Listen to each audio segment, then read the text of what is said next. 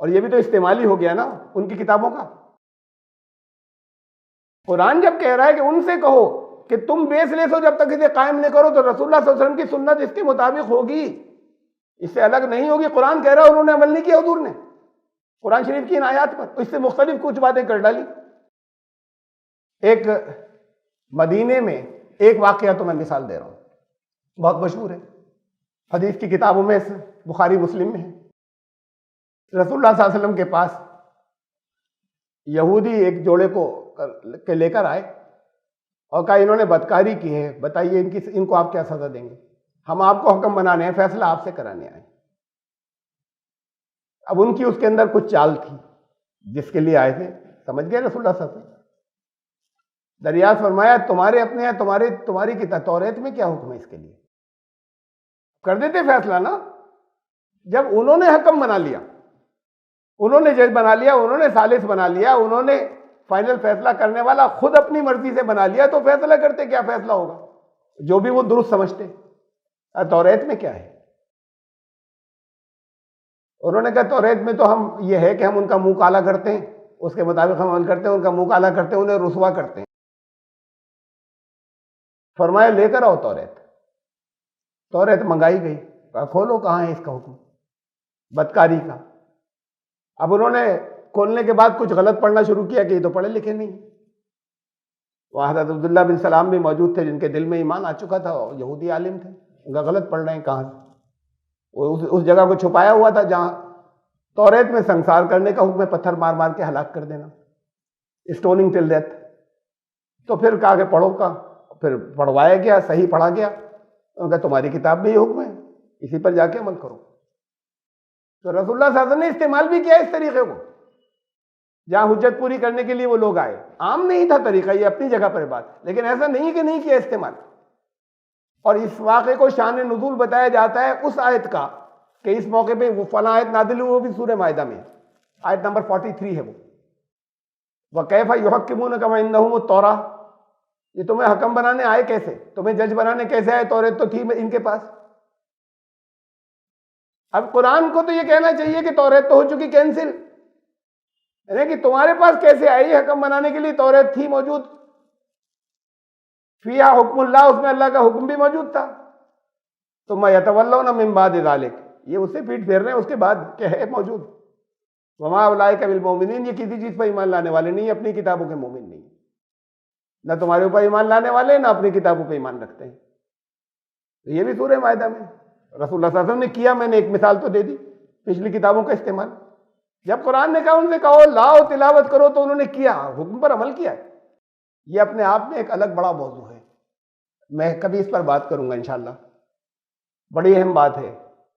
قرآن بہت کچھ کہہ رہا ہے کہ جہاں، اور ہمیں حدیثوں کے سارے ذخیرے میں، اور حضور صلی اللہ علیہ وسلم سے کہہ رہا ہے کہ یہ کرو، اور حدیثوں کے سارے ذخیرے میں نہیں مل رہا کہ انہوں نے کب کیا ایسا۔ اور وہ چیزیں جو وہ مزاج جو قرآن جسے نہیں پسند کرتا، وہ بھری پڑی ہے کہ انہوں نے یہ کیا، یہ کیا، یہ کیا، یہ کیا۔ زندگی کا ایک ایک لمحہ ہم کہتے ہیں موجود ہے، وضو کیسے کرتے تھے، پانی کیسے گرتا تھا، چڑھائی پہ کیسے چڑھتے تھے، نشیب میں کیسے اترتے تھے، بیت الخلاء میں کیسے داخل ہوتے تھے، وہاں سے باہر کیسے نکلتے تھے، کھانا کیسے کھاتے تھے، لوگوں کے ساتھ کیسے بیٹھتے تھے، کہتے ہیں زندگی کا ایک ایک لمحہ ریکارڈڈ ہے،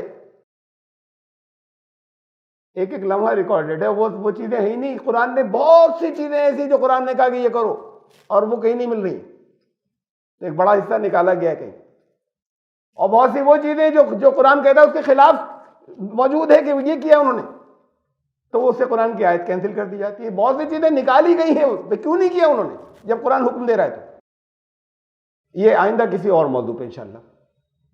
بھئی آپ کو ایک حکم دیا جائے تو آپ عمل کریں گے، اللہ نے اپنے رسول کو حکم دیا، اور انہوں نے تو لازماً ہم یہ مان کر چلتے ہیں کہ انہوں نے عمل کیا اس پر جو کچھ کہا گیا، اور وہ بہت بڑا حصہ غائب ہے کہ کب کیا تھا بھائی، تو وہ ہمیں مل نہیں رہا کہیں۔ قرآن یہ کہہ رہا ہے کہ ان سے کہو کہ قائم کریں، اور رسول اللہ صلی اللہ علیہ وسلم نے، میں نے ایک واقعہ آپ کو بتایا جو کہ حدیث کی جو مستند کتابیں مانی جاتی ہیں ان کے اندر موجود ہے کہ انہوں نے کہا لاؤ توریت، اور اسے نکالنے کے بعد ایک حجت پوری کی اور ایک حکم دیا۔ پھر ایک مخصوص قوم کے لیے خاص طریقہ کار قرآن ایک حدیث بتا رہی ہے، خود رسول اللہ صلی اللہ علیہ وسلم بتا رہے ہیں، یہ عام لوگوں کے لیے نہیں کہا۔ ایک قوم تو ایسی ہوگی جو اسی طریقے سے آئے گی، باقی کو منع نہیں کیا، لیکن یہ کہا ایک قوم تو پوری قوم ایسے ہی آئے گی۔ یہ میں نے آخر کے الفاظ لے لیے ہیں اس طویل حدیث کے۔ اس کا شروع کا حصہ ایسے ہے کہ رسول اللہ صلی اللہ علیہ وسلم کے پاس رسول اللہ صلی اللہ علیہ وسلم نے ایک دن صحابہ سے پوچھا، عجب الخلق، سب سے عجیب اور سب سے اونچے درجے کا ایمان بتاؤ کس کا ہے؟ میرے اوپر ایمان لانے کے حساب سے سب سے عجیب اور سب سے عظیمت والا اونچے درجے کا کس کا ایمان ہے سب مخلوقات میں؟ صحابہ نے سوچا ذرا سا، اور ان کا ملائکہ کا ہے، فرشتوں کا ہے، تو بھائی کبھی غلطی نہیں ہوتی ان سے۔ رسول اللہ صلی اللہ علیہ وسلم نے کہا کہ وہ ان کے ایمان میں اونچے درجے کا ہے، لیکن عجیب کچھ نہیں ہے، وہ تو اپنے رب کے پاس رہتے ہیں، ان کو تو وہی کرنا تھا جو وہ کہتا ہے۔ تو اب صحابہ نے پھر مخلوقات، سب مخلوقات پوچھا تھا نا، اس لیے انہوں نے فرشتے کہا۔ اب وہ وہاں سے اتر کے آئے انسانوں پہ، تو اب انسانوں میں سب سے اونچا تو نبیوں کا، ان کا کہ یا رسول اللہ انبیاء کا گروہ۔ تو فرمایا وہ ایمان کیسے نہیں لاتے بھائی، اس میں عجیب کچھ نہیں ہے، اونچے درجے کا تو ہے، ان کو تو ایمان لانا تھا، ان پر ان کے رب کی طرف سے وحی آتی ہے، باقی سب پر نہیں آتی۔ اب وہ کینسل ہو گیا، تو اب ظاہر ہے کہ دوسرے نبیوں کے بعد کون سب سے افضل، یہ سوچا صحابہ نے۔ تو انہوں نے کہا فَنَحْنُ یا رسول اللہ، اے اللہ کے رسول ہم لوگ ہیں، صحابہ جو رسول کی جنہوں نے صحبت پائی۔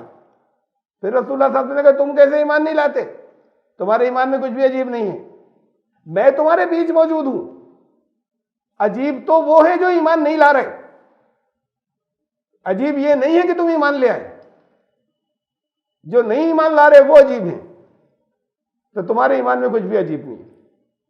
اب خاموش ہو گئے صحابہ، کوئی جواب ہی نہیں بچا۔ اس کے آگے کہاں سے جائیں، خود موجود ہیں اس وقت موجود، اب اس کے آگے مخلوق میں کدھر جائیں؟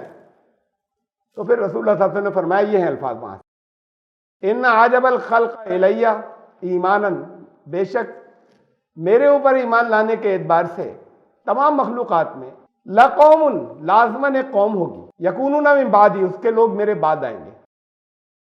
یعنی یہ تم یہیں تک آ کر رکے، یہ بعد کے دور کی بات ہے، میرے بعد آئیں گے۔ یجدون صحفاً، وہ کچھ صحائف، اسکرپچرز جمع میں ہے، پلیورل میں، ایک گرنتھ نہیں، انہیں پائیں گے۔ حضور صلی اللہ علیہ وسلم کے بعد کوئی اسکرپچر پائیں گے، کوئی نازل تو نہیں ہوگا نا، کوئی نیا نازل نہیں ہوگا، تو پچھلوں میں سے کچھ پائیں گے، وہ ری ڈسکور کریں گے۔ اس کا مطلب ایسی قوم ہوگی جو کٹی ہوگی پہلے سے، اب اس نے نئے سرے سے ڈسکور کیا کہ یہ اللہ کا کلام ہے، اپنے صحائف سے کٹی ہوگی تب یہ پائیں کی بات آئی، ورنہ کوئی نیا ایجاد نہیں ہو رہا، کوئی نیا نازل نہیں ہو رہا۔ اور پھر وہ جمع میں ہے، پلیورل میں کئی ہوں گے۔ یجدون صحفاً، وہ کوئی صحائف پائیں گے، فیہا کتاب، ان صحائف میں انہیں قرآن کی تعلیم نظر آئے گی، کتاب قرآن، ان صحائف میں انہیں قرآن کی تعلیمات نظر آئیں گی، اپنے ان کتابوں کے اندر، وہ جو جن صحیفوں کو پائیں گے جو قرآن نہیں ہے۔ یؤمنون بما فیہا، جو کچھ اس میں ہے اس کے تھرو آئیں گے، وہ اس میں پہلے ایمان لائیں گے، ابھی تک وہ اس کے مومن بھی نہیں تھے، نام چاہے لیتے ہو، تو اس کو پہلے مانیں گے، اس راستے سے آئیں گے۔ یؤمنون بما فیہا، اس لیے عجیب ہوگا ان کا ایمان، اونچے درجے کا بھی ہوگا لیکن بہت عجیب ہوگا۔ ایک پوری قوم، کوئی ایک قوم تو کم از کم دنیا میں ایسی ہے، یہ نہیں ہے کہ باقی کے ساتھ نہ کریں، لیکن ایک قوم ایسی ہے جو اسی راستے سے آئے گی، پوری قوم، کہ وہ پہلے اپنی کتابوں میں ایمان لائیں گے اور پھر اس کی حقیقت کو تسلیم کریں گے۔ ایک یہ بھی موجود ہے۔ وہ کون سی قوم ہے؟ بہت سی اور صفات ہیں، مختلف جگہوں سے ہمیں ملتی ہیں، مختلف ثبوت ملتے ہیں، میں اس پر ابھی نہیں جا رہا۔